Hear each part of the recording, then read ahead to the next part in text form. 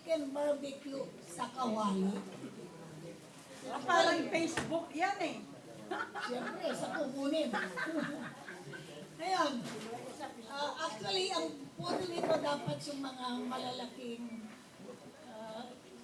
putol ng manok, yung, what do you call that? Hindi siya drumstick, kundi yung malaki, na may kasama drumstick at saka ilaman. Kaya lang, matagal lutuin nyo, kaya pinagputol ko na siya para madali siya lumambot. So what did I put? Una, siyempre may manok. Kasi yun ang main ingredient, the chicken. Ano pang meron? Kalamansi, toyo, oyster sauce, Sprite or 7-Up, garlic, siling pula. Kung wala ka siling pula, gamitan mo na lang ng pepper na little bit mahanghan. Yung red pepper. Tapos black pepper, tsaka brown sugar. Ngayon, yung manok, buti na bowl, at ihalo mo lahat yun, mga sinabi.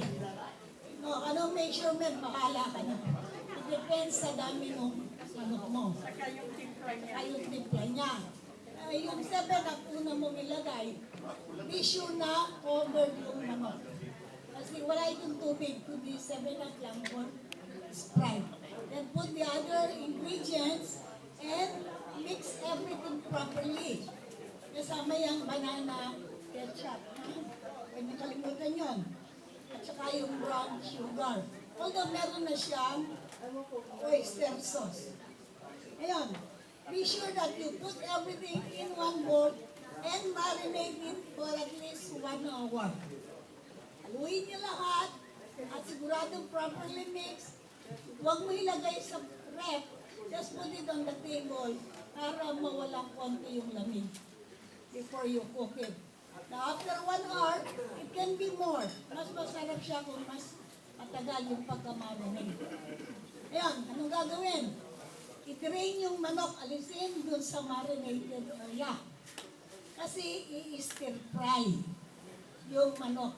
Pag sinabing stir fry, konting-konting mantika lang yun ha. Hindi siya talagang piniprito. Pinapainit lang yung manok. It's not really frying it. Stir fry lang para magkulay yung manok. Then after that, ilagay na lahat yung pinagbabaran, yung marinated na gamit and have it boil. Ngayon, yung manok para lumambot, normally I only put it for 10 minutes. Kung putol-putol yung manok, 10 minutes lang. Kung malalaki, around 15 minutes para lumambot yung manok. And have it dry. Hindi naman talagang dry na dry. Pero kung kayo mahilig sa soup, na meron siyang konting soup, huwag mo pabayaang matuyo.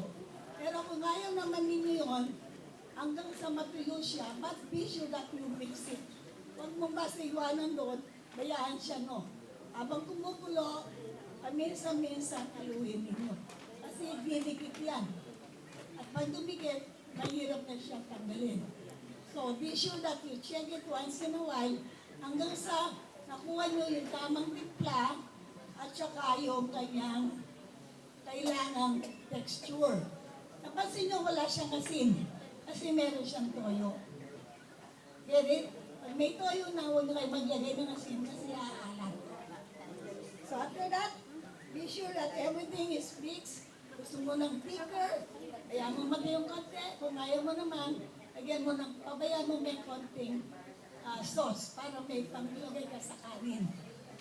And then, once it is cooked, mainit na, serve it with white rice. Kainan na. Thank you. Okay.